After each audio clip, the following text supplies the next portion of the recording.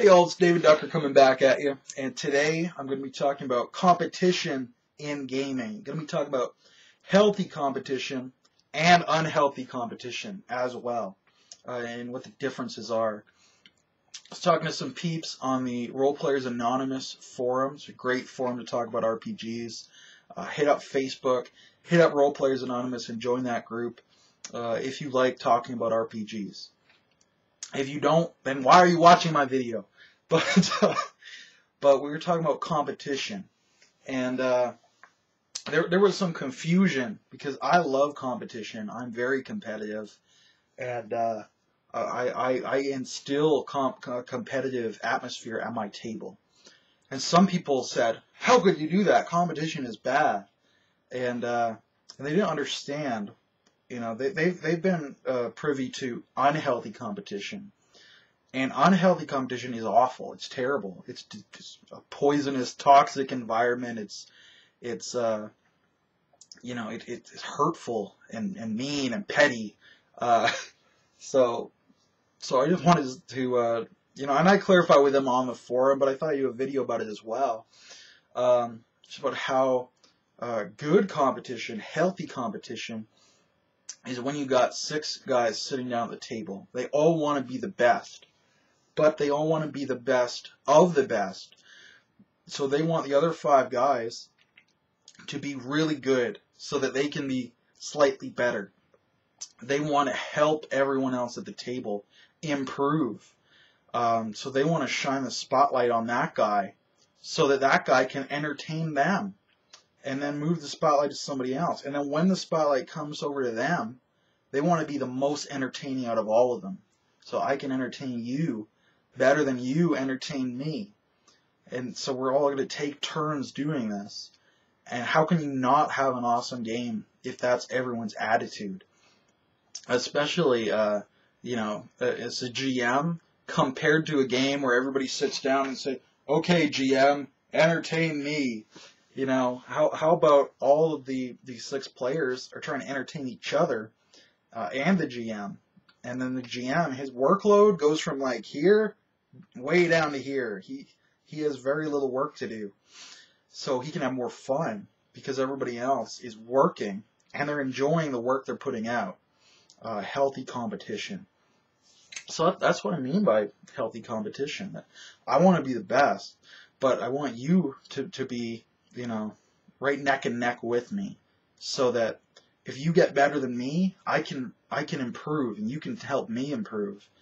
And then, it'll be your turn. And if you think I'm better than you, then you can I can help you. And eventually we'll end up so good. We'll end up awesome. My group, I call them the All-Star Squadron because they're all really good. When they got here, they were all really good.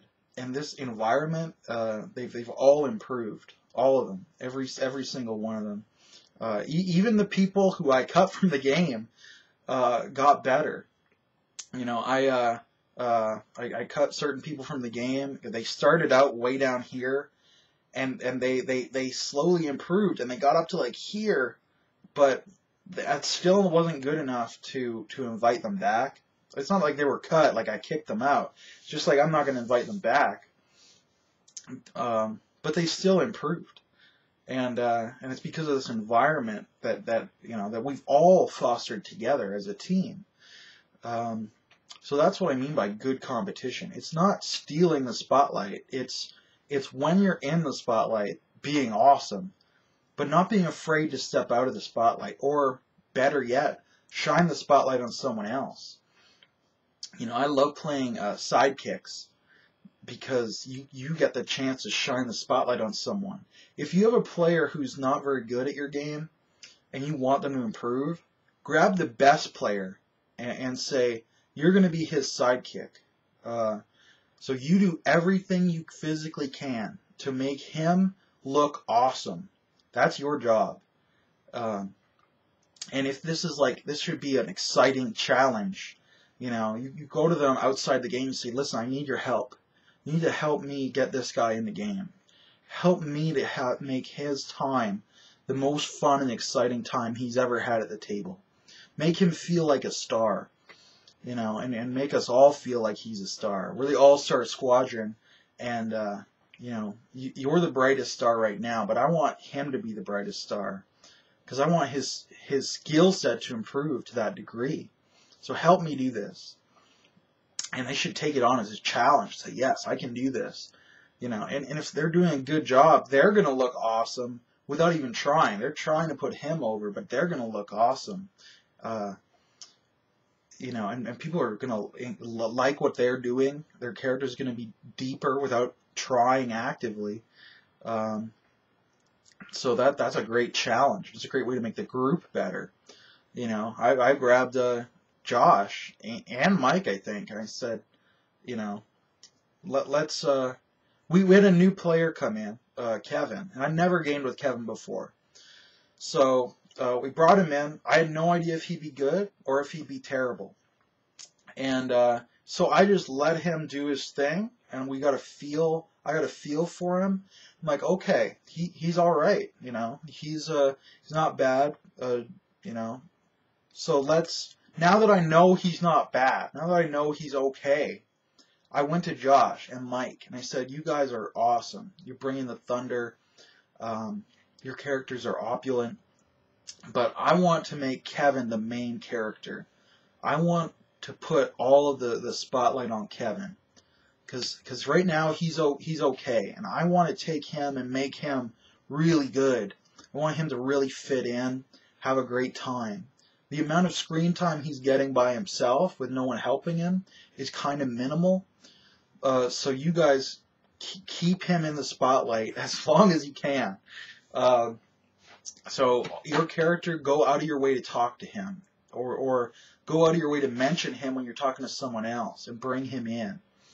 And they've been doing that, and it's given Kevin a chance to improve more quickly than he would otherwise.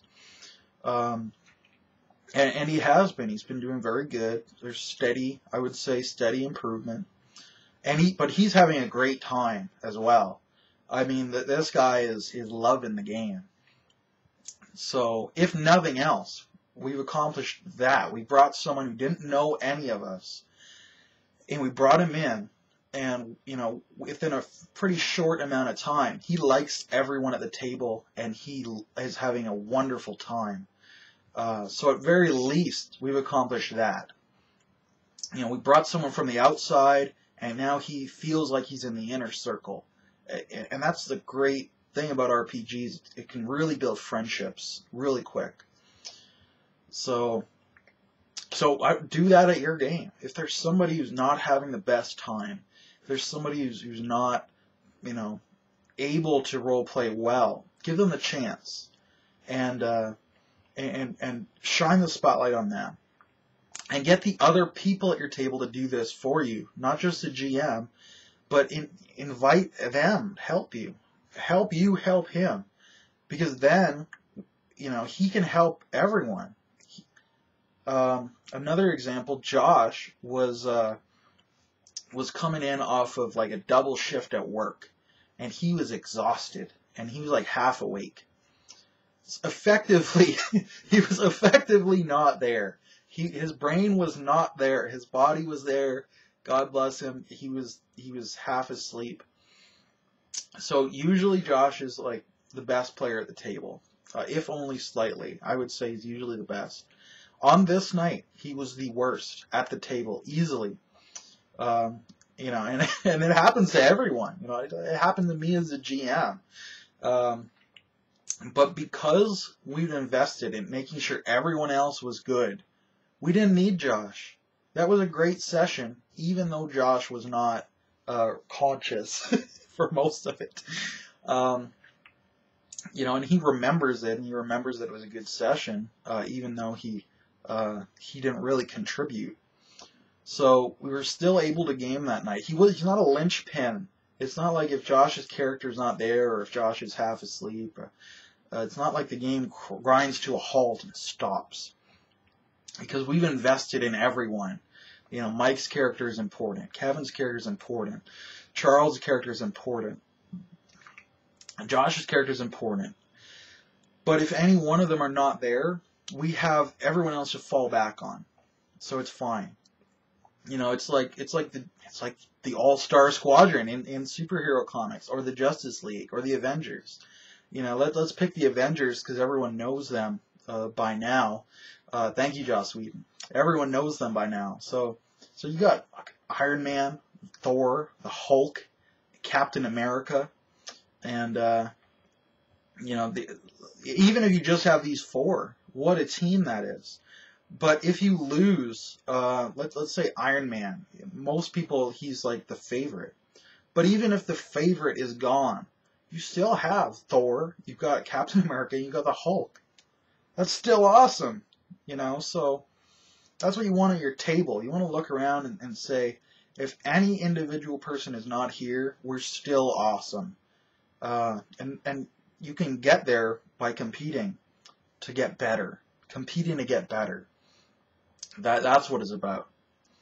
Now, I will talk about the other side of darkness, negative competition, and basically, negative competition is like the root of all evil. It's every type of problem player I can think of. Their real problem is they're not part of a team, and or they think they are the only star of the team, of the cast of characters. They won't use the word team, but that's basically their problem. Actually, I'm going to do a whole other video about that because I can ramble for a long time. So this video will only be about positive competition. How about that? And I'll do a video about negative competition next week or whenever. I'm going to record it right now, but it might be forever until I post it. So those are my thoughts on positive competition. Let me know if you think I'm right, if you think I'm wrong. But the proof of the pudding is my game. My game is excellent. Everyone agrees.